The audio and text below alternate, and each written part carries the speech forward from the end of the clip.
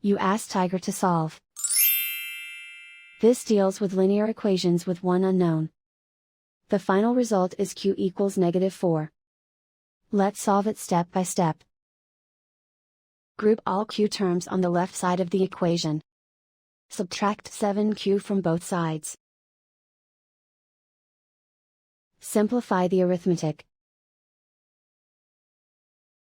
Group like terms.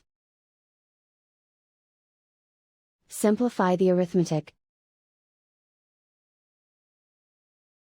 Isolate the q. Divide both sides by -5. Cancel out the negatives.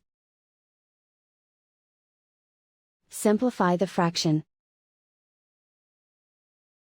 Move the negative sign from the denominator to the numerator. Find the greatest common factor of the numerator and denominator. Factor out and cancel the greatest common factor.